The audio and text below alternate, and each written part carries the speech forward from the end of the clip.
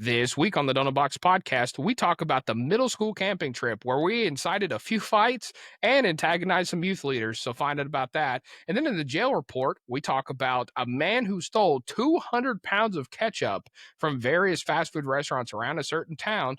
How is that even possible? Yeah, you're going to have to tune in to find out about that one. And then for the donut hole, I'm going to put Chris to the test on company slogans from our childhood all the way up to now. Will he be able to match up the slogan to the company? We're going to find out. And then find out what fries my donuts about college kids. Not just all college kids, but certain ones in particular. All that and more on this episode of the Doughnut Box Podcast. Let's roll the intro. Hi, I'm Micah. And I'm Chris. And we've been friends for over 20 years. Surprisingly, we haven't killed each other yet. Years ago, we started our own variety show, and it sucked. Now that we're adults, we decided to give it another try. Like in the movie, life is like a box of donuts. You never know which one's gonna be the next one. Wait a second, it's chocolates. Oh, right. Okay, well, let's start the show. This is the Doughnut Box Podcast.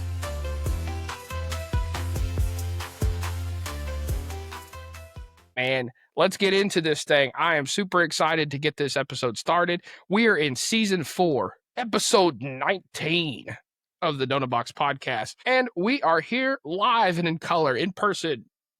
Big scene. If you're over on YouTube, you're seeing our face, obviously. But if you were over on audio still, we encourage you to come over to YouTube. And that is at the Doughnut Box Pod, DOUGHNUT Box Pod over on YouTube. And so with that, Chris, how you feeling this week? It's great, man. Easter's on the way up, and I was sitting here thinking, as we release this episode, it'll have been 1 year since we did the Easter at the Buddy Holly, and that was such a fun time, but I can't believe that was almost a year ago, dude. So crazy. Yeah, I can't believe that either. And I think we said something last week about talking about that for our old-fashioned donut. But hey, we got other things scheduled. We got a better thing scheduled than that. We'll talk about that some other time. So I'll tell you what, let's just get right into this old-fashioned donut, which is a story from our past. And Chris, this is a story that's near and dear to my heart. I mean, they're all near and dear to my heart, but this one's a very near and dear to my heart. We were talking about this one just this last week. And this particular story, we went on a middle school camping trip. And I don't know whose idea this was because so Christopher is now a man of the cloth himself. He's done some middle school youth groups as well, some 6th graders, things like that. Is it a good idea to take them on a camping trip and have very few chaperones? I'm just going to start off with that. Not very good. If you're going to do something like that, you probably need a lot of chaperones. And I think the idea was that when they did this, that there was going to be like, oh yeah, the dads will come along, take their kids, all that. Well, I think people were like, oh yeah, free weekend of childcare. Yeah, dads ain't coming along. And there were probably, I would say there was at least 1, 2, maybe 4 or 5 chaperones, maybe 5. Yeah, but here's the thing, and we talked about this too. There was like this separate camper kind of away, and some of the chaperones just stayed there. And so who was there with us during the night to keep an eye on us was like 1 to 2 guys. There was only like 1 to 2 adults to keep an eye on us. And, you know, just to set the scene for this thing, I remember it was like, okay, if you have a tent, bring the tent out. And so there was I wouldn't say there was very few of us that had a tent, but there was only a select few of us that had a tent. And so there was a lot of guys sharing tents with other people. And so in our tent, of course, I'm going to have my boy Chris. So we had a tent. I know your family had a tent, but I think it was one of those things of like, okay, we had camped before, like you and I. So it's like, okay, this tent's the easiest one to put up. So we're going to take this one out there. And we were not anticipating that there was going to be a third man who was the odd man out. And really, this tent wasn't supposed to be for 3 people. But hey, we weren't going to say no to our good friend Patty Ice. So we were like, you know what? We're going to have him out too. And so in these other tents, there was a vast amount of guys. And it was interesting from the jump. Now, we got out there, and I think it was only one night. I don't remember it being more than one night. It was just one night. It was a Friday night and then Saturday morning. So we probably got out there, I don't know, 4 or 5. It was before dark because we set up camp, and Yeah. I remember, like, I brought my tent, and I was like, "Yeah, Micah's gonna be in my tent. Patty Ice, you can come on." And then there was another guy, I think Aaron or Zach brought their tent, and they It was set Zach. Yeah. Zach brought his tent, set it up, and there's probably, like, 4 guys in that tent. And then Joel and his dad brought their own tent, so it was just a two-man tent for them. But then somebody, I don't know who did, and I'm glad they did, but somebody brought, like, their own one of the leaders brought their own tent, and it was like the communal tent for the rest. Yeah, it was like this big tent. It was like the real big tent. It was like the 8-person tent or whatever. And they're like, anybody who don't have a tent is staying in this tent, right? And all I remember is, we set up camp, we did the fire, and then just like any sort of little retreat deal for the church, we had to have our little lesson, which I have no clue. I don't remember what we talked about. I think we screwed around the entire time this guy was talking, because Joel's dad was the one that gave the lesson, and we were just like, dude, we're on a camping trip, shut up, we're trying to screw around. And so we he gets done with that, and it was like we sat around the fire for a little bit, but then it was time to go to bed, right? It was time to go to sleep. And I remember, so personally, I knew we weren't going to sleep from the jump. And especially because this tent that Chris had was, again, like I go back and say, it was not built for 3 people. And I was already a tall kid and whatnot. I just remember all 3 of our feet were like sticking out the end of this tent, right? Like we all had our own sleeping bags and whatnot, but our feet were like sticking out the end of this tent. Like we had to unzip the flap of the tent, like our feet were sticking out of this thing, right? And it was hot. It was the Georgia summer, and it was hot, and there was ants, and it was just like, man, this isn't going to happen. And so what do you do when you're a bunch of middle school boys bored and don't got nothing to do and it's hot? You start causing trouble. And so I remember how it started was before we even got to the communal tent, because that was a whole different story. We started throwing rocks at Zach's tent. I remember that was the first day we started throwing rocks at Zach's tent, and they were all up and they were all talking. And just like middle school boys, we were just like, oh yeah, y'all being gay over there, and we were like inciting a bunch of stuff, and they were getting real mad because we were throwing rocks at their tent. And I remember this kid Zach, he came out there and he got so mad, and he was like, this is my dad's tent, he just bought it, if you put a hole in it, like we're gonna make you pay for this tent, all this other stuff. And he got so mad, and then he went back in there, and we were like, go back in there and be gay with your little boyfriends. And like we were inciting all sorts of stuff. And then finally, like, I guess we had thrown too many rocks or something, and a homie came out, and what did he do, Chris? So I remember I just turned over, and it was dark. I just turned over, and I thought, like, there was the window. We left the screen windows open, and so like there was a mesh tent, and you could see out the tent, and I thought it was his face, but apparently homie like mooned us with Yeah. our tent. We were like, "What are you doing, Zach? Why are you mooning us? What the heck?" And we were like, maybe the rumors are true. Maybe what we're saying is true because you're showing your butt to people. And like, it was this whole thing, man. I was the same way. I just remember looking over there and I was like, how did he get his face at that angle? And then I was like, oh yeah. So I guess he really was a butt face, because I guess if we thought like, hey, his face was down there. Anyways, so I don't like we kind of harassed them for a bit, but they kind of like, I think they went to sleep or something. Like Yeah. they kind of quieted down. They went to sleep. Now the communal tent was still popping. Like they still had some stuff going on, except for one kid. I remember one kid, and it was our boy. His name was Chris too, and he came over there and he fell asleep like 9 o'clock. Like he fell asleep like 9 o'clock. And I don't know how he didn't wake up with the rest of this stuff. And granted, with us screwing around with this other tent, like talking mess and throwing rocks and whatever, our youth leader Tony, poor guy, got bless this man because he had to put up with this crap. I remember he came over there and he's like, y'all need to go to bed. It's way late. Y'all need to go to bed. And again, at this point, I think it was like 11 o'clock, like 11:30. It wasn't like late, but it was like, hey, you need to go to bed.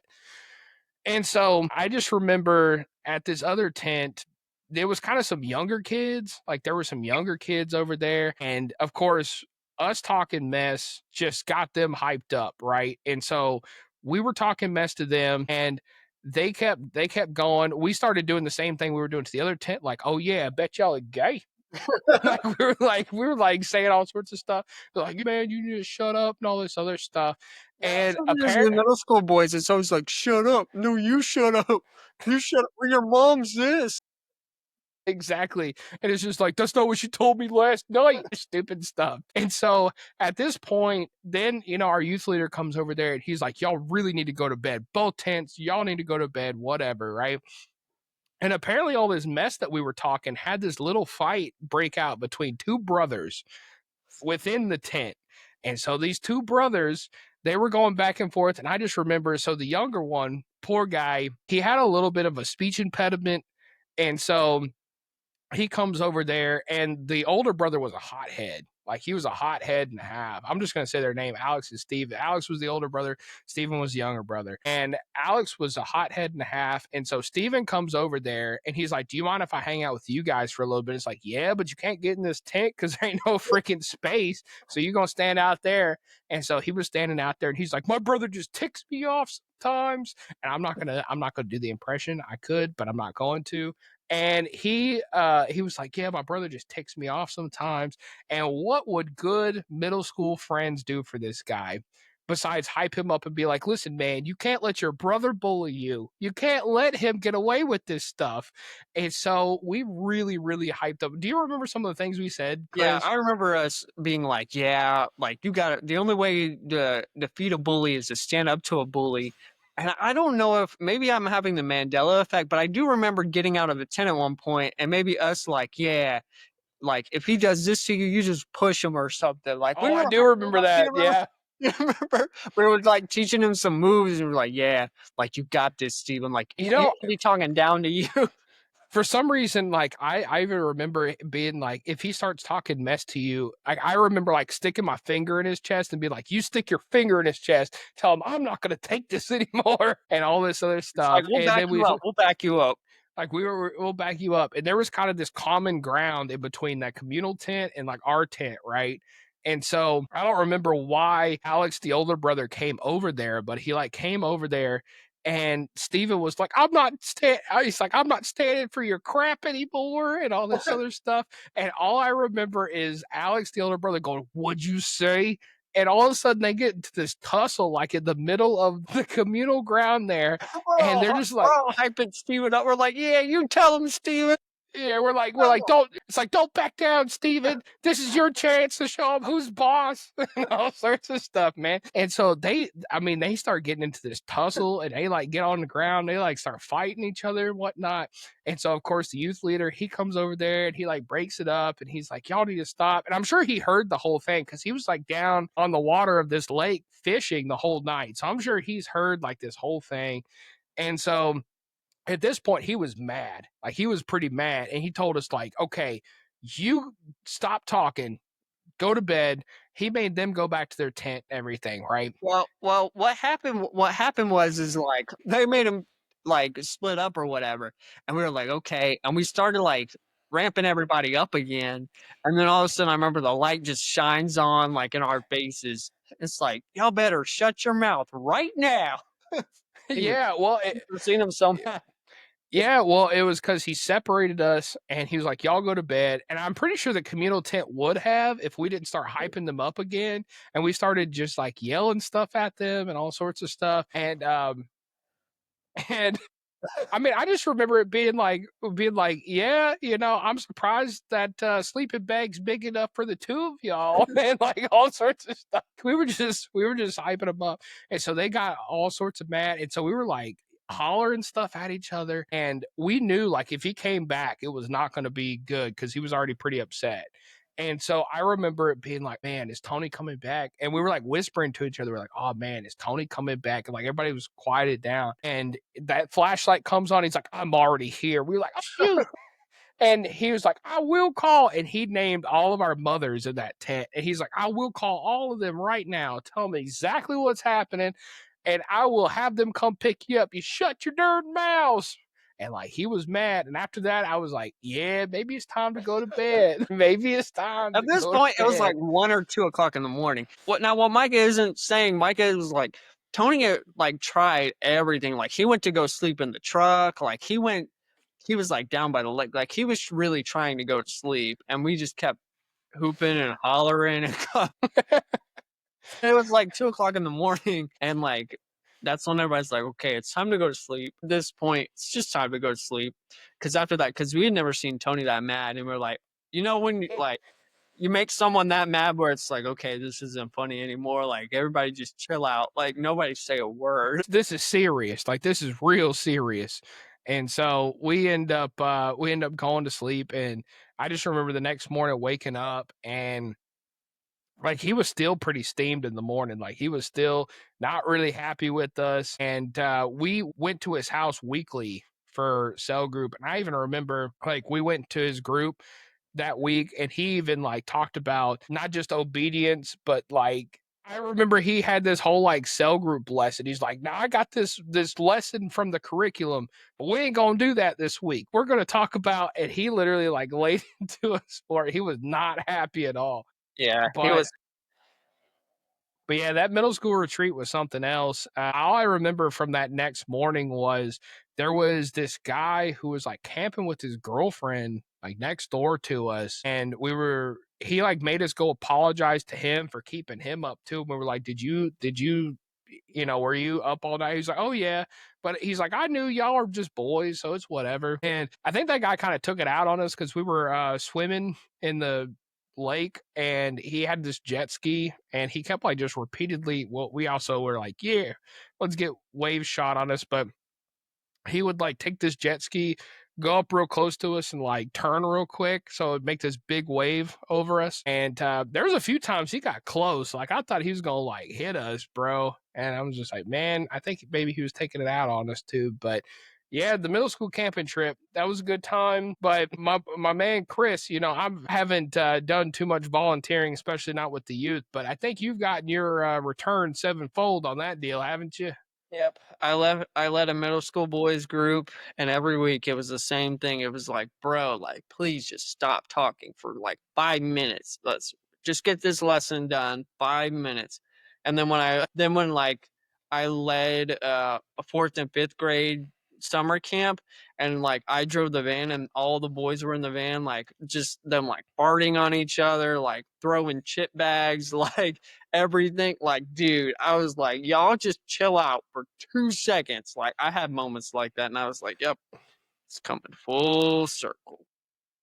Say what you will about the future generations and stuff like that. Some things just always remain the same about boys at that age. I was even on a walk the other day with my dog through this park, and at a certain part of this park, there is a basketball court, and there was these like boys who were probably middle school age, and they were in this whole argument, like almost in a fight about like, bro, give me my change. Like if you ever played basketball, it's like, give my change. It's like, bro, that was a layup. That was too easy of a shot. You don't get change for that. And I was just like, man, I remember being in those arguments. I guess some things just don't change because sometimes you think about the future generations and you think, man, they're just sitting around playing video games and it's different. It's like, nah, some things just don't change, man. Some things just don't change at all. One thing is, this is funny. I don't know if I'm going too far, but I remember there was this one time we were in worship, and there was these middle school boys around me. And like during the song worship, like the boys were jumping up and down, and everyone except for one was not jumping. And this other one, he was kind of like the leader, and he looked at the boy. He was like, if you don't jump during worship, he's like, you're gay. And that kid, I kid you not, boy, that kid jumped higher than everybody else. Boy, he was like, yeah, let's go. And I was just like, oh my gosh. Bro, and like the thing is, they love talking mess on each other. It's so funny. oh yeah, they love talking mess, and like if you're not a part of the group, they will make you feel a certain type of way. And a lot of times, for some reason, it's like you're gay if you don't do this. That's just the thing. And I don't know the times of middle school. Would I go back? Absolutely not. But I look back at those times, I'm like, yeah. Would you go back for like 1 day or 1 week? I don't know. It depends on what it is, man. Because middle school is just it was a weird time, dude. I don't know. Also, like all the hormones and crap. Do I wish to go back? Not necessarily, but like I look upon those times with fond memories. I look back and go, man, you used to be able to shoot your mouth off and not have a problem. So, maybe a little bit for that, but yeah, it was also a little bit of a weird time. So I don't know, but yeah, that was our middle school boys camping trip, which was fun times. It was dark out, so I still don't know who won that fight between Alex and Steven. I'm gonna say it was probably Alex, Probably, yeah. and we hyped him up and told the old Steven we'd back him up, and we just sat there and you know We were coaching him from the tent. We were like, "Yeah, Steven, stand up for yourself." Had no intention how of going out there to interfere. We just let nature take its course. yeah, that's just nature, man. Poor kid. Anyways, let's move on to our next segment, which is probably where some of these kids have ended up, and that is the jail report, our jelly donut segment. And Chris, I've got some crazy stories to tell you about this week for our jail report. One is that Ketchup Bandit. Well, hey, we're going to get to that one in a little bit. This one is a very COVID-19 arrest report here. I'm sure maybe you've heard of this one. But in 2020, a man in California was arrested after being caught in a local grocery store with a shopping cart full of toilet paper. So he attempted to steal 50 packs of toilet paper by shoving it in his shirt and his pants, which, I mean, 50 I'm packs pretty or 50 rolls? 50 packs. That's what it says in the story here. 50 packs. How do you even get that much toilet paper? I don't know, but it'd be pretty dang obvious. You'd probably look like the dang Michelin man trying to walk out the dang door. There's no way. It's But gotta be. anyways, he tried to steal 50 packs, but security stopped him just in time while he was trying to get out the door. And he attempted to run, but he couldn't get very far because of how much toilet paper he had on him. Kinda like I know, that. right? Unless he had like a trench coat or like something real big. But it also said that he had a shopping cart full along with this. So like he must have like shoved some in and with the shopping cart and tried to run out with all of that. And then so security stopped him just in time. And so they tacked on the charges, of course. They charged him with grand theft, shoplifting, and disturbing the peace. So That his time, mug that time of COVID when people were buying up all the toilet paper is unreal to me. yeah, man. Hey, you worked in a grocery store. You saw all that stuff firsthand. People went crazy for toilet paper. People went wild for that stuff. Anyways, all right, this next one, 2022, a man in Texas was arrested after attempting to escape from police, and he was wearing no pants. So, I guess you could call him the pantsless bandit.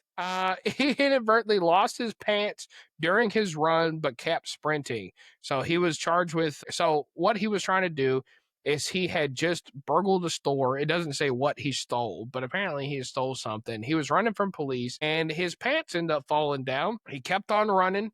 And so they tacked on public indecency, resisting arrest, obstruction of justice, and shoplifting. So, and of course, his pantsless mugshot turned into an internet meme. Yeah, you gotta keep your pants. You gotta at least wear a belt if you're gonna be running from the cops, or at least shorts that are like snugly fit, because that's some active duty running. But at least he kept going. He had And he was determined. He was like, listen, I'm getting away from these fools. I'm getting away from these fools.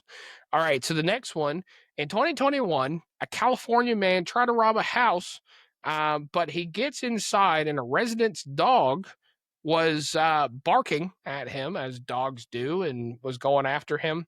And I don't know if he was on drugs or what, doesn't necessarily say, but this guy stuck around barking at the dog, trying to intimidate the dog. So when police caught him, he was still barking at the dog. So that was apparently they also had a security system.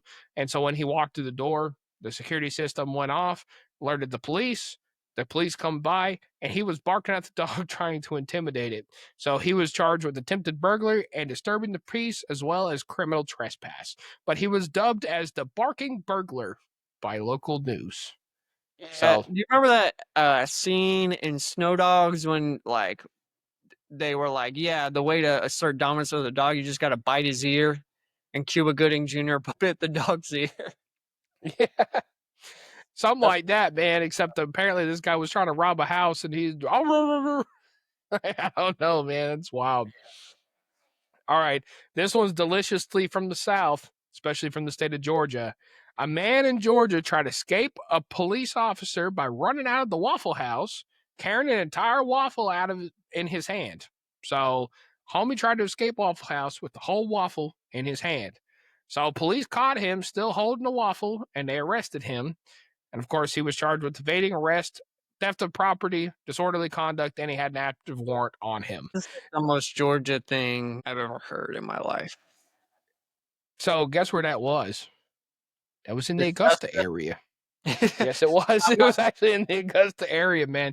You know what they call Augusta? Disgusta. Disgusta for a reason. Disgusta for a How many reason. people have you met and you told them, I'm from Augusta, and they ask you, that city is so beautiful because it has the Masters. Have you ever been? And it's like, the golf course, immaculate. The city, That's the nicest part of town, bro. That's the nicest part of town. the city is something else. So unless you have a reason to go to Augusta, do not go. I went to a wedding here recently, and there was some folks there from Georgia, like some family members that were there from Georgia, and they were from North Georgia, though, like on the border of Tennessee. And I said, "Oh yeah, I used to live in Georgia." And they said, "Oh yeah, where?" And we said Augusta, and they made a face. They straight up made a face. They're like, "Okay." So it's like, yeah, it's not a great place to be, but you just kind of love the Waffle House story about running out with the Which good old Waffle waffle House there. was it? Does it say? It doesn't say which one. No. Wrightsboro. No, I'm joking. I don't know. I have no clue. Hey, that would make sense, wouldn't it? So this one, it's just like our podcast here, but we'll get into that. In 2024, a man in New York was arrested for stealing dozens of donuts from a bakery. His capture was both hilarious and embarrassing. He walked right into a police station holding a box of donuts to turn himself in, because apparently he understood that he was having a problem there. But he was charged with theft and criminal trespassing. But a viral image of him holding a donut box in the police station became an unforgettable moment. Like, So here's the evidence. I'm going to turn myself in, and here's the evidence. I feel like he was doing that to make a statement or something like that. I feel like there was more to the story, but that's all that I got from this story.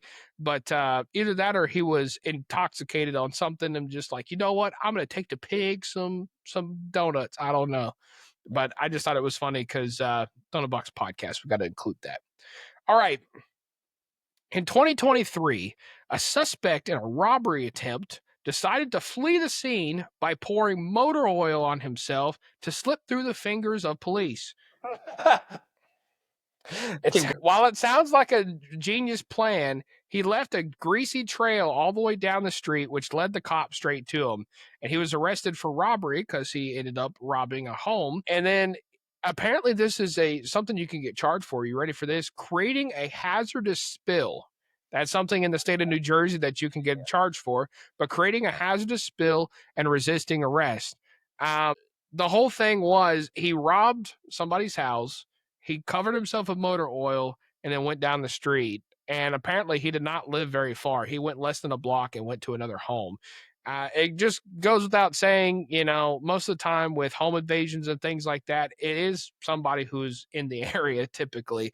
But could you imagine, like, they just led straight to he poured motor oil on himself, so he just led him right to him. What it made Just me follow think the of, street. said that when you read that, it made me think of the greased up deaf guy from Family Guy. You're never gonna catch me. Like, next to you. To your next year. Oh, that's great. I love that. It's so messed up, but that bit kills me every time. So this next story actually includes me. Did you know your boy almost got arrested this week? Oh, for what? Plane spotting at an Air Force base. Wouldn't you know it? Well, I wouldn't say I almost got arrested, but I had to include it in the jail report here. So what's funny is if you followed my other page, Fly Guy Micah, you'll see a lot of, Air Force footage and things like that. I do have certain access to the Air Force base and things like that, but I've never had a problem until last Tuesday. So I was out there last Tuesday at the foot of the runway, right? And what I think is hilarious is, so there's two types of cops out there. You can't even really refer to this one as a cop, but there's the little security guard that is like the third party security company. And then there's the military police. The military police don't care. What's funny is they ride past all the time, and I'm just like, hey, and they're just like, hey, and they don't care. They have no care. But I just had to tell this story. So this lady comes up and she pulls up in her little essentially she's like a mall cop. Top flight security in the world, Craig. Pretty much, except they're called Allied Security. And they pull up, and so this lady pulls up, and she was the short hair bulldog looking lady, right? And I like wave at her as she's getting out, and she just gives me a scowl. I'm like, oh boy, she's gonna cause a problem. And she comes out there and she's like, can I help you, sir? And so I told her, I said, I'm just out here watching planes. And she goes, you can't be photographing the planes. I said, oh, I didn't know it was a problem. I didn't know it was an issue. I don't see a sign or anything out here. And this is a public street and everything like that. And she got real angry and she said, you can't be filming the planes. Like she got like real mad. And I said, well, it's okay. Like I got a badge and everything. You want to see my badge? And she says, I'm going to call you into my supervisor. Okay. So she calls me into the supervisor. She goes, yeah, I caught this man over here. She said where I was at. It's like he was outside the fence. What I thought was funny is the verbiage. It's like, I caught him. I caught him. And it's like, yeah, you caught me, Skippy. I didn't run or nothing. I was just standing there on the concrete, just like, hey, how you doing? But you caught me. But she's like, I caught this man on the street over here watching planes. And the supervisor literally gets back to her and says, well, was he like within the fence? And she's no. And he's like, well, and I don't mind that. Like, just take a picture of his car, take a picture of him, and like we'll run a little background check right quick. And I was like, and I had already told her, like, hey, if you want to see my badge, because I work just over here, like here, I'll show you my badge. And I guess she didn't hear me. And so I was like, do you want to see my badge? She's like, yeah. So we'll take a picture of it. So I pull up my badge. She goes, you're a part of the government? Oh, I'm so sorry. She started apologizing. And the funniest thing, bro, she all of a sudden just loosened up and she goes, I love planes. Planes are my favorite thing. This is just one of the best jobs I've ever had. I just love sitting out here watching planes. Isn't it just so great to watch planes? You're a fellow plane spotter too. And she just loosened up so fast. And I was just like, yeah, no, planes are cool. And she's like, yeah, well, anytime I see you now, I'm gonna wave at you. I'm just like, oh, okay, that's fine. But it was just funny how she came out and she was just so angry at first. She was like, you gotta be taking pictures of the plane. You thought she was about to like poop herself. She was so mad. And then all of a sudden, it's just like the moment I flashed that badge, she's like, oh, I love planes. Okay. It was great. All right, last story. Sorry, I had to include that one in there because you never know how those things are going to go about. I've been stopped by the cops, I don't know how many times watching planes, and you never know how those things are going to go. Yep. But I thought that one was pretty funny. And then the last one, this is kind of a circle back. So early in our podcast here, season 1, actually, we talked about Cain Velasquez, and he's a former MMA fighter, heavyweight, and he was a belt holder there for a while. And I'm going to go through his story just a little bit here. And just because we're going to put this on YouTube and things like that, I'm going to have to be careful of the verbiage or else I'll remove the video and whatnot. So Velasquez was accused of shooting a pickup truck that was carrying this guy who was also accused of a little bit of a crime involving his 4-year-old son, where there was some malicious activity, as far as you could probably read between the lines, at a daycare facility. And so Mr. Velasquez shot at the vehicle, and there was an 11-mile car chase in 2022 where this guy and his stepfather was driving and all this other stuff. So Velasquez actually just received 5 years in prison for that crime. And Chris, I just kind of wanted to circle back. We talked about this during the time, and some of these stories that we talk about in the jail report are funny. This one, not so much. But how do you feel about that? 5 years for having something malicious happen to your child, a very small child. The justice system is something, and I understand that maybe violence is never the answer and whatnot. But how do you feel about this? So it's funny. I actually saw a comedian make he wasn't doing a comedy special, but he was actually commenting on it. And if most people know the whole thing about Cain Velasquez. If you know what happened to his son, and it was atrocious. And so the guy that I heard, Gary Owen, he was saying, like, you can't have the wild, wild west where people are out here having street justice. But at the same time, if what happened to his son, like, happened, then you can't blame the man because the man was like, I think, I don't know, give the man a year for firing a gun in public, maybe give him a year probation. I don't know, but I think 5 years is really steep. I think that's really steep just to be shooting a gun in public and everything. Because I mean, really and truly, like, I know we have to let the judicial system do its work and stuff, but it's that happened to my kid. Oh, you best believe, like, I'm going after that person. Like, it's hard not to as a father. Like, I don't know. I feel like Well, 5 years is pretty steep. and I think what's hard too is the guy who is a suspect here, he still has that criminal trial for this case, which he's pleaded not guilty for, is still he's still awaiting until June the 2nd. And so he's bailed out. So he's been a free man since 2022 Yeah, that's after okay. potentially committing this crime. And so, you got to let the justice system do its work, but at the same time, as a father, I'm not a father yet, but even knowing like, hey, if I had kids, if I'm out on the street, this guy is a free man after doing that to my kid, and I know what I know, kind of thing, and I see him on the street, I mean, I'm not blaming the guy. I do think that we do have room in our judicial system to say, you know what, I understand these things. Again, probation, house arrest, give the guy therapy. Like there are state sanctioned therapy sessions that they can say, you know what, I can understand why you and your family would have a hard time, put them through something like that or some sort of program on that front.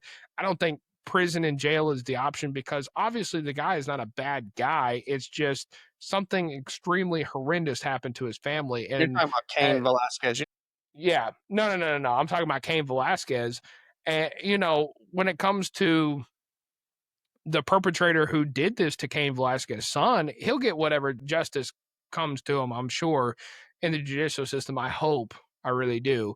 But at the same time, when it comes to Cain Velasquez, for shooting at him in public, it's one of those things of I feel like there's room in our judicial system going back to where there are understandable things to where prison is not the best choice. It doesn't mean that he's a bad person. I mean, inherently, men we are the defenders of our family, and so if something happens to our family, like we're going to want to defend them. And so I I'm not saying that violence is the best option, but at the same time in this case it's a little different, I feel like. But I would say too, I think it'd be different circumstances if Cain had fired the gun in public and someone had been injured from that or someone had died. Then okay, yeah, we'll talk about prison time because again, negligence of, you know, shooting a yeah, firearm in public, that is like he's mad, he's in the heat of the moment, like, he's only seeing red. And there is like, hey, there is a responsibility that you have to make sure innocent bystanders don't get injured too. But at the same time, like, I don't know, it's a right. hard one. It's a really hard one. Yeah, it's hard because it's the moral dilemma behind it versus the what do you do as a society? Where's the line? And there's no clear lines in this one, which is unfortunate. But I just wanted to bring that one up because it does kind of come full circle because we talked about this in a jail report very early on in our podcast, like It's very like early on. third or fifth episode or something. Like, it was Think very. about that in season 1, and we've gone, we're in season 4 now, and it also shows how long our judicial system takes, which is unfortunate too. It really shouldn't take this long, which we can get into all that. But anyways, I just wanted to bring that one up just because that one settled here this week. Hopefully I didn't read if he had a chance for parole sooner. Hopefully maybe he can get off a little quicker and things like that.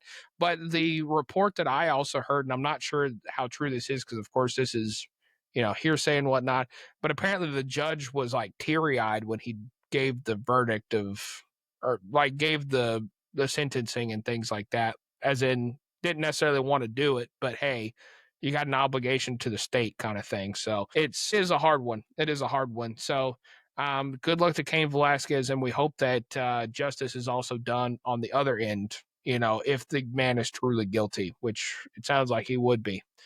So anyways, the very, very last one here. I snuck that one in there, but we have to talk about the Ketchup Bandit. Back to the one in the intro, the Ketchup Bandit stealing condiments. So in 2023, a man in Ohio was arrested for stealing over 200 pounds of ketchup from various fast food restaurants in the Cleveland area. And when he was asked why, he said he had a ketchup addiction. Now, this was over the course of 3 months. Think about that. 200 pounds of ketchup. How do you steal 200 pounds of ketchup? I don't think it's that hard. Like if they come in big bags or something. He said that, and according to the statement here in the police report, apparently he was not just stealing the packets, he was going to fast food places. It's all kind of subjective of what you call fast food, but he was going to fast food places that had the actual like bottles of ketchup. And so he would go table to table and steal the bottles of ketchup. And so, but he said he had a ketchup addiction. And so he was charged with theft, vandalism, and trespassing. And so the reason he was eventually caught, nobody really knew who was stealing the ketchup. And, you know, after working in a restaurant, I'm sure people probably didn't care. It's probably the managers who cared. They'd probably be like, who the heck's stealing our ketchup? But the reason that he was caught was he was attempting to break into a restaurant's supply room at one point, and that's when he was caught on camera and everything else. And so apparently just stealing the ketchup that was out there on the tables was not enough, so he tried to break into the supply room and steal the ketchup. So my question is like, there's got to be some psychological addiction to ketchup, or meaning why behind it, because no one is just addicted to something like that. Like any addiction, like I get it. Like if you're addicted to alcohol or drug, like I get it. You're trying to numb something. Like I get that. But like ketchup isn't gonna do anything for you. I don't know what the deal is. maybe it's a, you know, and this is just speculation. I don't know the rest of the story behind this, but maybe it's a almost like a kleptomaniac thing. Like it's not necessarily just the ketchup, but it's the sensation of stealing things and being able to get away with it. And okay, I stole all this ketchup from this place. I don't know, because this is just what he said when he got arrested. And, you know, sometimes if you're a kleptomaniac or you have something going on and maybe it's undiagnosed, or maybe, you know, some of these people don't even think about why they're doing some of this stuff. They just like have this compulsion to do something. Maybe when he got arrested, he was just like, I guess I'm addicted to ketchup. And that's what ended up happening. But really and truly, it's about the act of stealing it, or it's about, I don't know, some sort of rush that he gets from stealing ketchup. And then he's like, okay, this is my hot dog. And he's putting it in, he's like, this ketchup I didn't pay for. You know, some people are, they got some weird stuff going on, man. But the ketchup bandit there, he stole all this ketchup, which was wild. But there you go. But anyways, that was our jail report. Had to end off on a positive note after we went a little deep on the Cain Velasquez thing. But all right, man, you ready to move on to our next segment? Our next segment is the donut hole, which is a quiz this week. I feel like it's always quizzes now. It used to be just random, but hey, it's a quiz now. So these are slogans and jingles from our childhood, being millennials, all the way up to now. So we can have things all the way from the 90s all the way till now. So you're going to tell me the brand or company that the jingles or slogans came from. So I'm going to tell you the slogan. You're going to tell me the brand or the company. So the first one that we have this, which brand uses the slogan, because you're worth it? Is it A, Maybelline, B, L'Oreal, C, Revlon, or D, CoverGirl? L'Oreal. Yep, because you're worth it. Yep. So apparently the marketing worked on that one, I guess. Did you ever the only reason I chose this one is because for the longest time when I was a kid, like I knew I had like this shampoo that had like, it looked like a parrot or something. It was like green and it had like an eyeball on it, and it was like a L'Oreal like kid shampoo. And then I remember visiting other people's houses and like a bunch of kids had the same kind of shampoo. Did you ever have that like L'Oreal shampoo that had a little eye on it and whatnot? Heck no. No. We didn't have the nice enough L'Oreal. No L'Oreal stuff. All We right. had L'Oreal. That's what we had. You know what's funny? I actually worked at Papa John's, and there was this girl in the back, and her name was L'Oreal. Anyways, all right. So the second one here. What is the slogan? Melts in your mouth, not in your hands. Where does that slogan come from? Is it A, Skittles, B, Reese's, C, M&M's, or D, Snickers? Now this one's kind of an older one. That's in your Melts in mouth. your mouth, not in your M&M's. hands. M&M's. There you go. Yep. That was M&M's. So you're 2 for 2. This one's probably going to be an easy one. Which company popularized the jingle "I'm loving it"? You could probably even tell me McDonald's. without even. There you go, McDonald's. Can I I'm just loving say, it. I miss the days of mascots like Burger King, Ronald McDonald. I miss those days, and there's no mascots anymore. Bro, McDonald's used to have a full lineup of mascots. Like, it wasn't just Ronald They McDonald. used You to have the had whole the TV show. Hamburglar, Yeah. Grimace? Grimace. You had all of them. There was like the Hamburglar, Grimace. Who was the other one? There was a girl. There was a girl in there There's too. like Helen McCluckin or something. I don't know. Yeah, the chicken one. I remember that one. Yeah, yeah. There was a whole lineup. There was a whole lineup of mascots. And now, because even back then, like, and I know that it's different now because Walmart don't do the thing with McDonald's no more and whatnot. But I remember having the benches with Ronald McDonald sitting there, and you could like sit next to Ronald McDonald on the bench. You remember that? Yep. That ain't a thing no more. Okay, which car brand is associated with this slogan? The ultimate driving machine. Is that Mercedes-Benz? Is that Audi? Is that BMW? Or is that Lexus? I want to say BMW. BMW, the ultimate driving machine. Yep, that's right. That's right. All right, man, you 4 for 4. All right. Now this one is a modern one here, but it's been for a little bit now. What is "Have It Your Way"? Where is that slogan? What company is that slogan? BK, Burger King. Burger King, which Burger King done fell off, and there's, I don't know about where you're at, but a lot of them are closing in my area. But what I think is interesting about their marketing scheme now is a lot of their songs, I wouldn't say is off key, but it's not traditional. Like, it's kind of, the music is not like the lyrics, BK, have it your way. but even but but even like the beginning, it's like, Burger King offers great fries. And it's like, it's kind of like off. It's not exactly like on key. Or not get $4 or $5. Yeah, exactly. And it's kind of goofy compared to, typical marketing. So I don't know, but hey, it works because you remember it. That's all that matters. I don't know if that's an actual one, but I just made that up. I made mine up too. I don't know what that. I almost said like something about waffle fries. I'm like, that definitely ain't Burger King. All right, the next one here. Which brand slogan is "Just Do It"? I'm sure you know this one too. Nike. Yeah, Nike's had that one for. Apparently, they've had that since 2003. That's been one since 2003. So that's been out there for quite a while. Let's see here. All right, so the next one here. This one is an older one. So this was one that came from our childhood. Which brand used the tagline, "Can you hear me now"? Is it Sprint? Verizon. There you go. It was Verizon.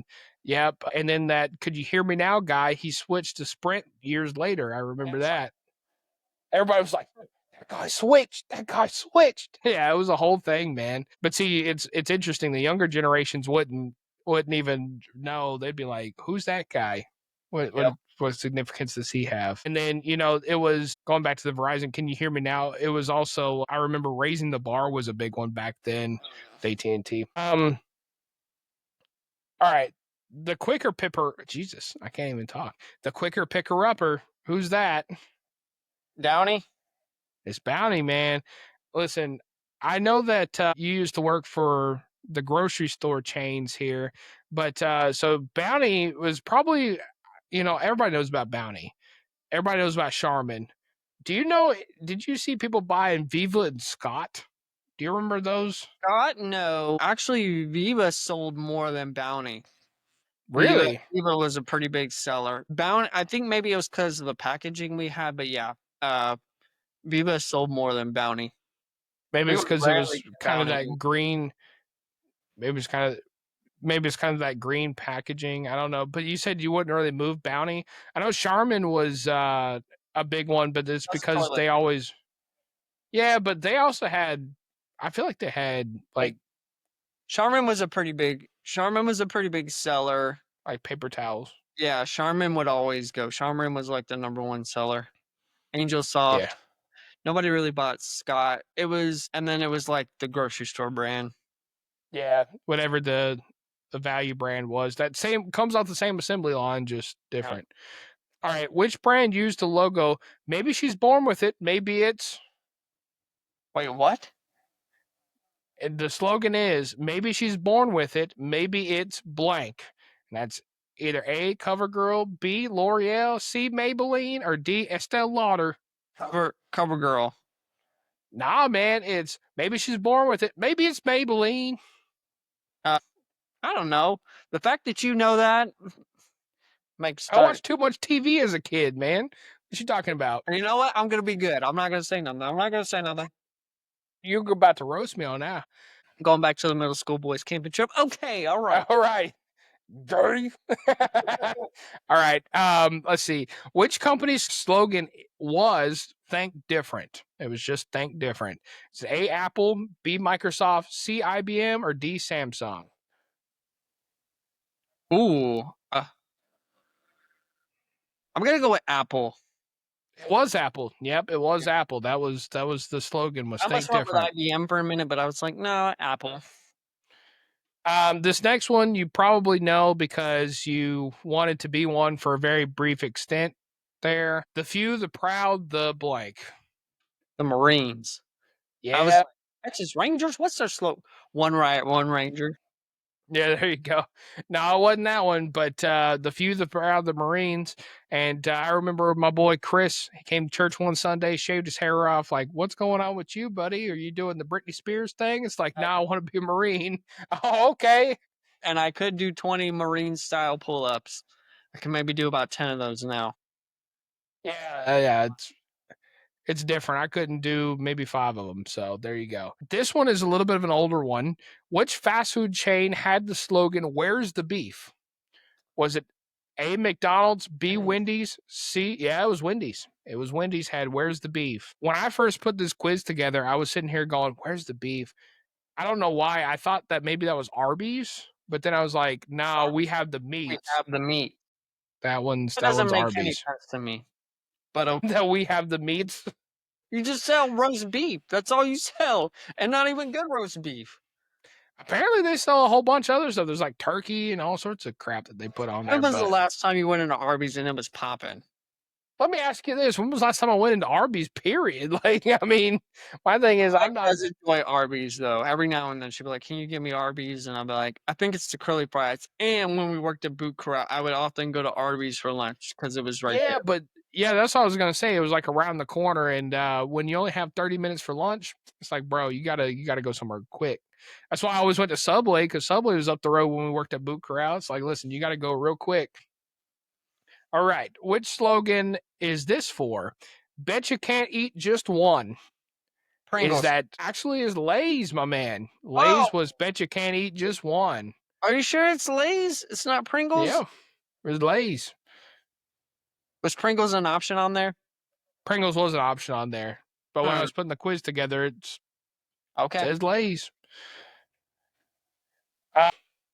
This one, you probably know this one. I added this one just because of The Office. It's not the same one that they talk about in The Office, but have a break, have a blank. Have a piece of that Kit Kat bar. Yeah. Give me a break. Everyone thinks that's so funny, like when Andy does that, and I never got that joke. I never thought that joke was funny. Football cream. Yeah, when he's like trying to figure out the Kit Kat bar thing.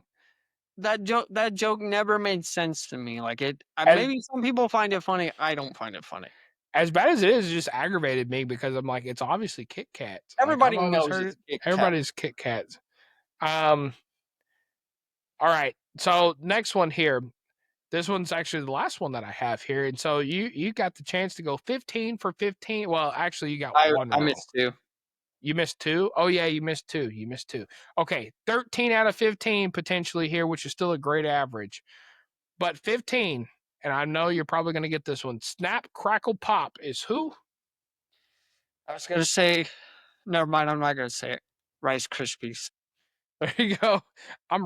After we get done with this podcast, you're going to tell me what you were going to say for Snap, Crackle, Pop. That middle dude, we went in on that middle school boy segment, and now my brain is middle school boy brain. So, Yeah, exactly. Talking about that. let's see. Let me see if I have one for you. Gives you wings. Red Bull. There you go.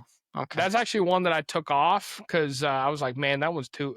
Like some of these were easy, but I was like, I Red Bull drink gives so you much Red Bull, wings. it's not even funny. Yeah. The other one that I thought about that I did not add on this one was what can Brown do for you? It's UPS. That was UPS back in the day, which I always thought was a goofy slogan.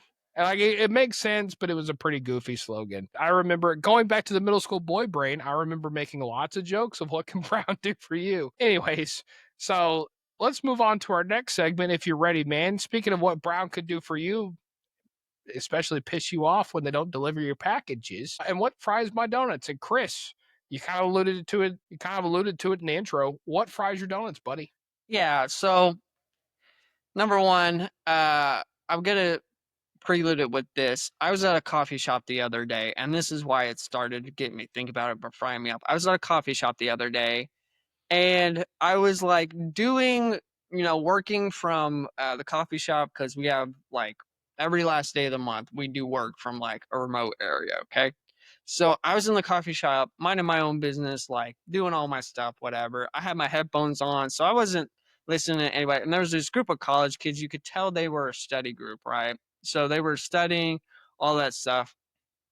Paid them no mind, but I went to go leave and I took my headphones off and I heard them have this conversation. And have you ever met those college kids that like they think because they took one class in psychology and they're like, again, they're like those hipster college kids who are like, yeah, man, like we totally need to be down with the patriarchy, like da da da. And it's like, I was listening to this conversation of these college kids, and they were like, "Yeah, I'm just so tired of these movie tropes where like we're glorifying the American soldiers, dude, and like really what we're doing is like we're protecting abusers and this." And it's like, okay, I hear what you're saying, but half of you, what you're saying, you have no life experience, like to back any of this up. And you can tell these college kids, they just love talking about theories and ideas, but like you can hear it in these certain college kids' voice. They've taken one class of sociology or psychology, and now they think they know everything. And they're like, yeah, we got to take the system down, man. And like they almost have this condescending tone when they talk. Like, have you noticed that? It's like Oh, yeah. these college kids that go into these coffee shops, and I'm not saying all of them, but they're like, they have these ideas, and they're like, yeah, man, like I hate capitalism. Like socialism is the way to go. And it's like, yeah, like socialism in theory, right, sounds good, but really you haven't lived any of this out. Like you've never probably had a real job, you've never had to pay bills, you don't really know how the world works. And I'm okay if you have those beliefs. That's not what I'm saying. What my frustration is when you do not have life experience to back these theories up and you're just simply spouting these theories off just because they sound good to you. If you believe that and you have life experience and you walk through some things and you actually believe that, there are some people that I know that they actually believe that. And I can tell they believe it because the way that they back it up and they be like, you know why? This is why I believe this because I've done X, Y, and Z. I've lived through this way and this is my view on things. Okay, that's your belief system.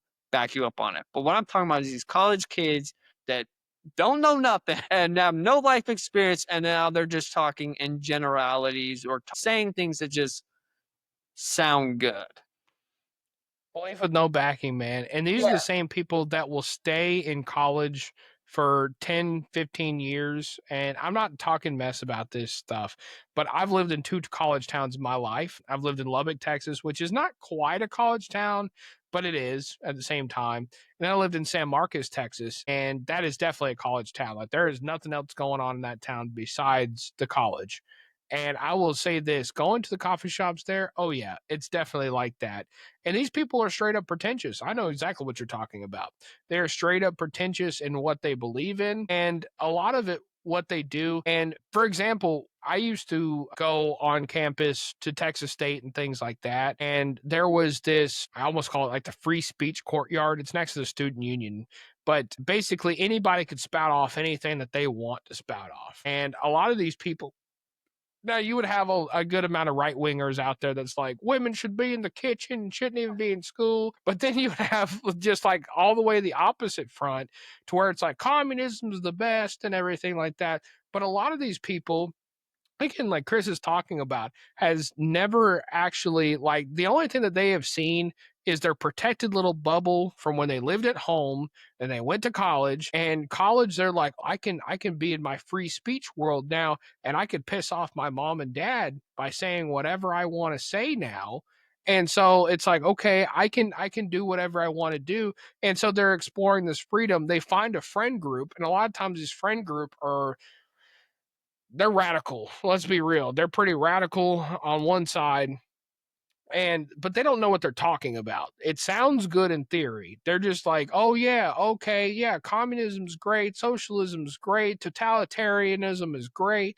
Like everything would be fantastic if we were all on one major pool, if we were all living in one major commune. But if that was the case, they would hate their lives. Like they would hate their lives absolutely. But and what ends up happening is they get out of college, they graduate, they go get a job, and then after they get a job, they realize, oh, that wasn't what I thought it was supposed to be, or oh, that wouldn't actually work because of this. And then some people actually stick into it. But what ends up happening is they end up being the bitter people that just don't ever do anything with their lives. And they keep preaching this stuff. But then when you press them on it, they have no clue why they're actually pressing on this stuff. And Yeah. so what I said at the beginning about a lot of these people stay in school, I feel like a lot of these people stay in school because that's their comfortable spot. It's actually easy to be in college for them because all they have to do is go to their classes. Somebody else is paying their tuition for them, so they can go and free speech all they want. They can hang out with the people that they want, and it's an easy time compared to when they were at home and they were told what to believe. Now they can believe what they want with no consequence. But if they get out on their own and they're with a job, they can't say these things at a job. They can't do these things at a job. And so, but I get what you're saying. It's just they get together and it's like a little political rally. You're sitting at the freaking coffee shop and they're just like, yeah, we're going to stand up for it.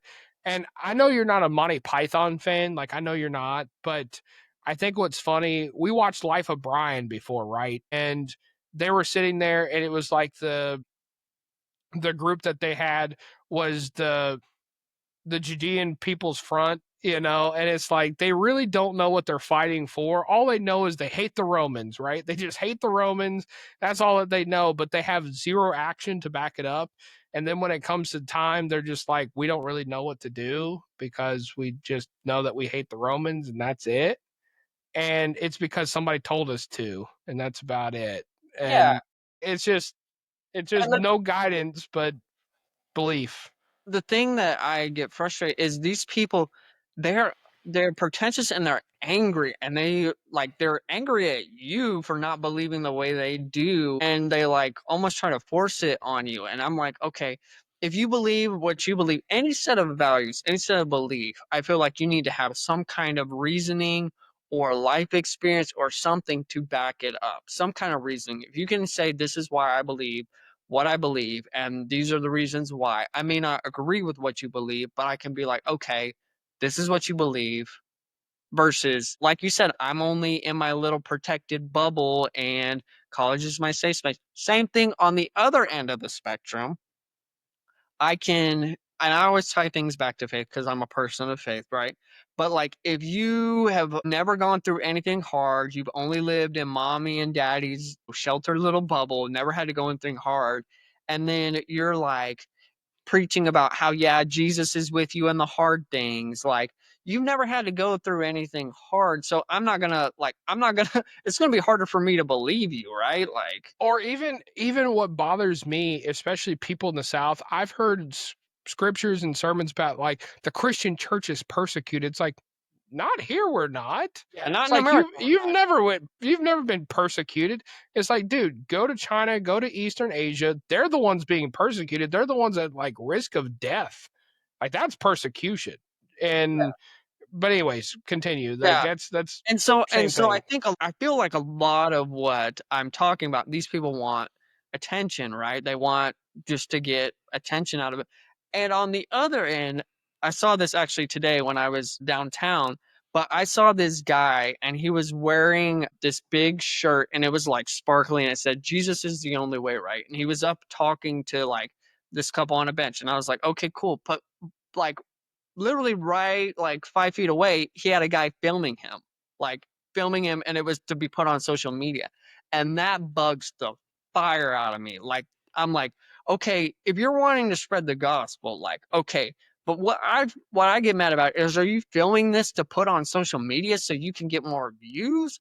Like, no, that's absolutely not. It's like the attention's on you, not on the messages you're spreading. And so I don't like that either way. I don't like you trying to just say you believe in something just so you can look cool, appear cool, sound smarter than you think you are. It's that pretentiousness. It reminds me of Brian from Family Guy. Like, I couldn't stand that guy.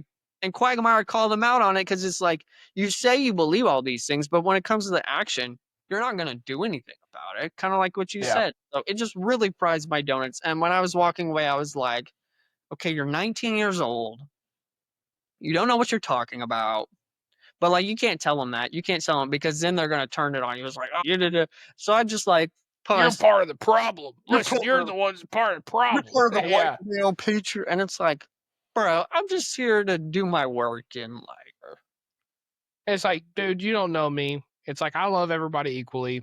I don't think anything else about anything. And, going back to people having life experiences, we know somebody who is actively believes in communist values, right? But at the same time, the guy that we talked about, he not only went through college, he was in the military for a little bit of time and things like that. It's like, dude, if you went through the military and it's like, listen, I don't think capitalism is cool because I've faced it head on and I saw exactly what capitalism does on the back end. Hey, man, if that's what you want to believe, that's on you. I think it's a little extreme and I don't believe in it myself. But at the same time, hey, you went through the things to see those things. So if that's how you want to feel, that's how you feel, man. Like, I'm not going to say nay.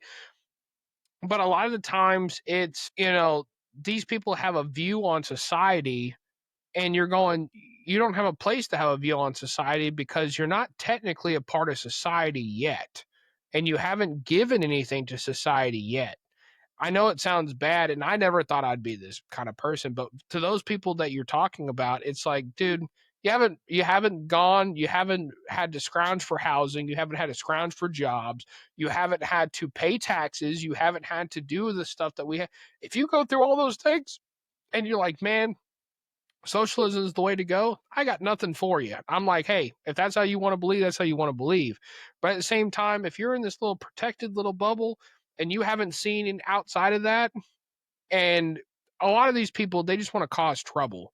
Like a lot of times I've seen, and I'm going to go really political here, but a lot of the folks that you see that are protesting about what's going on in Gaza, I understand why there is a protest about that, Israel versus Palestine, all this other stuff. It's been age-old debate. It's been forever, and it's going to continue because if you read the Bible, that is always going to continue. It's always going to be a hotbed. It's always going to be what happens. I get that. But at the same time, a lot of these people are like, there's persecution going on there, but at the same time, they're throwing chairs through windows and all sorts of stuff. And it's like, are you any better than what you're trying to fight against? I don't understand this. So there's a lot of that goes on of it's an excuse to, we all have angst within us. We all have, hey, we want to act out and we want to do these things. And going back to being in college and being in this protected bubble, college is a different time. When you get away from your parents, you can do these things. If you want to throw chairs through windows, you can. You get to go to jail too, but at the same time, you can do these things. And so I feel like a lot of these people, they get out there and they're just like, you know what? Now I can do this stuff, so I will. even if they believe it or not. And it's really ridiculous. We can go on and on about this, but yeah. And even like even being a young, like when I was 19, 20, like even coming back to my faith, like I had some really, I don't know, bad views, but probably bad views, but like judgments. I would make judgments about people, and I'd be like, oh, if you're going through depression or anxiety, it's because you're not spiritual enough or not praying enough. And I had that view of people. I really thought Because that you don't have the faith of God. until I actually went through battling with depression and anxiety and all those things. It changed my view because I was like, you know what? Like, it's not just a spiritual issue. Sometimes it's a mental issue. Sometimes it's a chemical issue. Sometimes, like, it changed my view. So, like, the view and judgments I had of other people, like, now, like, my view is shifted. And within that realm, like, I still believe what I believe about, like, faith and Jesus and everything. But when it comes to, like, that thing, my view is totally shifted to where it's like, no, like, because I lived that and went through experience, it's like, oh, okay, now I'm not so quick to judge other people. And I mean, so that's something. I think a lot of that, man, is too, you have to be open minded enough to say there is maybe what I know is not 100% of what I know. And I know at age 19, 20, and when you're in college, you think you know everything. Like, I know that that is also a thing. But at the same time, there's also a time where there's the decisions of you start going through some of the stuff that you say, oh, I kind of judge people or I thought differently on these things. And there's a choice where people can either say, okay, I understand where these people are coming from and I'm going to change my viewpoint, or the ego takes over and the pride takes over and says, you know what? I've been thinking this way so long. I'm going to stick to this path, even though I've been through it. I don't go through that. I don't know what you're talking about. You're just weak and things like that. And I've seen so many times where people will take that other course because it's a lot easier instead of working on yourself and saying, hey, the open-minded approach and saying, hey, I was wrong for this and I shouldn't think this way. Prime example. I used to think personally when I was 19 and 20, I used to think because Hillary Clinton was running for president, right? And I remember telling my now wife and telling her, like, listen, women should never be president. That should never happen. Like, that is just not something that should happen. And she asked me why. She's like, why is that a viewpoint of yours? And I started thinking, it's like, because that's what I was told to think. And I made the conscious decision of, okay, I've had bosses who are women. I've had other people who are in leadership that are women. It's not any different than being a man. Like, it is a little different, but it's not any sort of different. Do I believe that that's, would be a detriment? Some people do. Some people are like, oh man, having a woman would be terrible. It's like there's plenty of countries out there that have had women prime ministers, women president to this point, and they haven't burned down around them like I thought they like I've been told they would. So maybe I'm wrong, right? Maybe I'm wrong and maybe I should be more open about this. And so it's, everybody gets that branching point. And I think the people that we're talking about, a lot of the times, even when they do start going through this sort of thing, some people do take the option and say, okay, I'm a little bit more open minded. But a lot of these people are like, ooh, yeah, no, I'm going to pretend like I didn't see none of that. We're going to keep going this way. And I'm going to be, and this is my viewpoint no matter what. Even though if I'm proved wrong 1,000 times over, this is the way that I'm going to think. And it's, you know, and it's like these other people are the problem. And again, both sides of the spectrum are doing the same thing. And yes, both of them are being the problem. But again, it's all about, again, what do we always come back to? It's always about being in the balance point of life of where's the balance and everything. If you're way too far this way, it's one way. If you're way too far this way, it's another way. You got to be balanced and everything, I think. But Yeah, and there are core beliefs that like you have that I feel like you can't, like, you can't compromise, or you can't, if that's a core belief, like you can't just compromise on those, like, right, right, right. and so, and I could go on a whole nother tangent about I know drugs we're opening being a of whole like, can of yeah, stuff like here. this one priest was like, yeah, there's been a lot of people who just have a problem with the word savior at our church, and we're just thinking about changing the word savior. It's like Jesus isn't really the savior, he's more of a guide. And it's like, okay, homie, now we're changing the whole, like, that part. No, Right. when it comes to like, hey, I'm gonna relate to you, or how I even if I treat you, even if I disagree with you, right, in your belief, still being open minded. You know what? I'm gonna at least hear you out, and I'm gonna hear your belief, and maybe I'll learn why you think that way. And maybe when I walk away, I'll go, huh, that's an interesting thing. I don't believe that, but it was interesting to learn. So you can always learn stuff from other people. Last thing I'm going to say on this, and we'll move on, is I think we have, and we've talked about this before, a societal divide where people are so divided to where we don't feel like there can be a middle ground. It's either I have to be one way or I have to be the other. And so when people start talking about their opinions or beliefs, a lot of people won't even listen because they're like, oh, you're on the opposite end of the front. I'm not supposed to like you, or I'm not supposed to like that opinion. I'm not even going to listen to it. But at the same time, talking about being open minded, if you listen to their opinions and you go, you know what, that makes some sort of sense, you don't have to 100% agree with them, but you can at least find some common ground and say, you know what, I do understand why you think that way. I don't think that way, and here's why.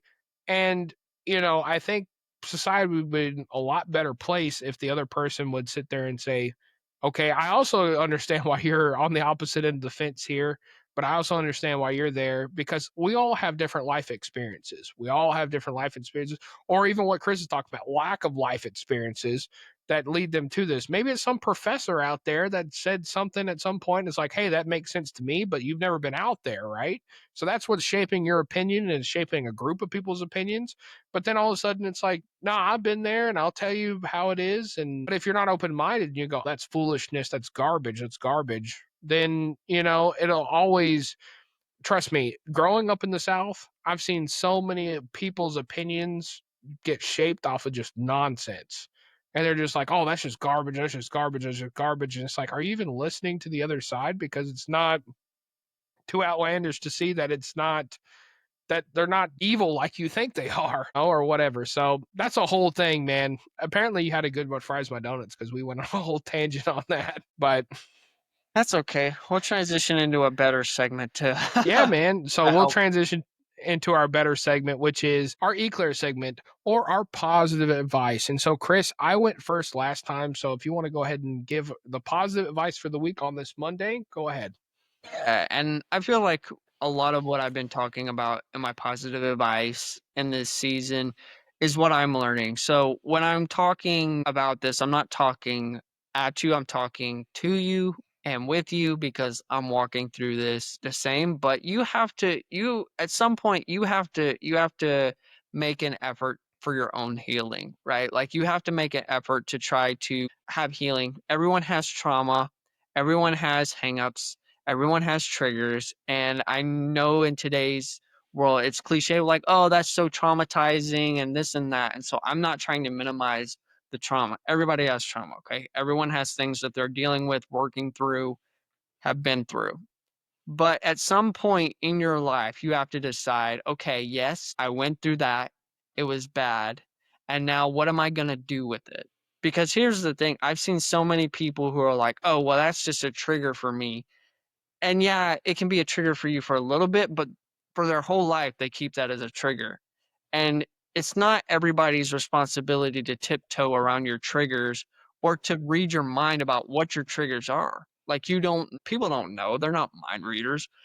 But whatever you don't deal with, you're gonna take with you. And so a lot of people think, "Oh, if I just move to a new city, it's gonna be better," or if I get another job, it's gonna be better, or, "Oh, if I just get in this new relationship, it's gonna be," but you know who you're taking with you? You're taking you, and you got your own problems, you got your own crap, like, you have your own trauma, and if you don't deal with that, it's gonna bleed into other areas of your life. And so it's healthy to deal with it, get healing, whether it's journaling, whether it's talking with a therapist, whatever it is, but make an effort to try to heal that because it's okay to sit with it and it's okay to be like, yeah, that was traumatizing. I've been hurt by this. But if you sit for that too long, if you have a wound open for too long, it's going to get infected. And if it gets infected, it's going to spread. Deal with it, help heal from it. And yeah, Yeah. And I don't know why I want to follow up with that. That's a very good word, man, because on the other front of that, man, it's a talent waiting to bloom. I feel like that is just a talent that's waiting to bloom, because out of so many traumas that I've had, that I've seen Chris have, that I've seen so many other people have, they turn it into, you face those things and it turns into something beautiful out of the carnage that it was. And it turns into something that could bless and help other people. And so it's either turns into a detriment or it turns into a blessing. Like there's no in between there. And so I don't know who I'm talking to with that one, but I just felt like I wanted to say that too. So for mine, it's kind of the same thing. I know I've been preaching a lot of somewhat around this here, but patience. Patience is key. It's so easy to not be patient. There's so many things in my own life right now that I'm just like, man, I want this thing to happen right now. Let's just happen right now. But it's not the time for this to happen. And just like Chris talked about, maybe it's traumas that you're going through. Maybe it's, life lessons that you have to go through. Just because you're going through lessons doesn't mean it's because of some sort of trauma that happened. A lot of times, yes, maybe, but other lessons that you're going through might not have been born out of trauma, but they're just lessons you have to go through. Maybe you think you're ready for something, but you're not ready for it. But at the same time, you have to open yourself up to be ready when the time comes. And what does that mean? Growing and progressing. And so going back to what I was saying is just patience, being slow with it. It doesn't, something I've been learning over time is I get just naturally, and I'm being very transparent here, you get jealous of those people who have the very quick success or the very quick tangible, hey, I can see they're doing a lot better than I am at a certain area or whatever. And you're like, why am I not there? I put so much more work than they have and things like that. Flash in the pans, and I'm going to use football analogies here too. You can have those flash in the pan years where those guys are good for 1 year, but then all of a sudden they suck for years to come. A lot of times, flash in the pans, they don't last, but the things that are meant to last, it takes a long time to build. When you're building something that's worthwhile, you have to set the foundation, you have to build the frame around the house, you have to put the walls up, you have to do the interior, you have to do the plumbing, the electrical, the everything. And so, anytime you build something, you have to think about it like building a house. And anytime you build a house, think about if you were going to go buy a house and you're like, man, would you buy the house that was put up in a week, or would you buy the house that was put up in 6 months? I know for me, I'd go, I don't know about the one that was put up in a week, because I know that they were probably cutting corners and trying to get it done as fast as possible. But the one that was there in 6 months, I know that they did everything in their power to make sure that everything was up to code and everything was perfect. So just think about that, and think about the fact that Rome wasn't built in a day. So all that to say this, just keep patient. Everything that you're building is worthwhile. You're almost there. And even if you're not almost there, just think about the next step that's there in front of you. And so patience is key. Yeah. And that's my eclair for the week. I heard John Maxwell say guys that get put in the Hall of Fame, they don't get put in the Hall of Fame because they hit 4 home runs in one game once. They hit it because they kept doing it consistently, right? So you want to be a Hall of Famer, like you got to keep showing up. You got to keep doing the thing consistent, like day in and day out. It takes years, right? Because it takes years for those guys to get in the Hall of Fame, right? Like even after they retired, like even years after that. But yeah, man, good work. Absolutely. Absolutely. Well, man, it's been a great episode. I can't believe we've already wrapped up. We're almost at an hour and 30 minutes, which I remember those days we were doing 40-minute episodes and whatnot. But it's been good. It's been real. I've enjoyed this episode. But DOUGHNUT Box Pod over on YouTube and on Instagram. Go follow us, like us, subscribe us, all that good jazz. Go find us over on Facebook at the same handle. And we really appreciate you listening. We appreciate you following and the subscriptions over there. We appreciate all of our fans, and then all of you who are listening on audio who are saying, you know what, we don't want to see your face, your ugly mugs. I understand. But we do appreciate you guys as well. And we appreciate everything that you guys do each and every week. If I say appreciate one more time, I think Chris might kill me. So we'll go ahead and wrap up. You got anything else to say, as my many friend? times as the Georgia Dome. The Georgia Dome in the first episode. You know what? The Georgia Dome. No, I'm joking. But anyways, I think we'll have the Starship take us out. So I'm Micah. And I'm Chris. And this has been the Doughnut Box Podcast.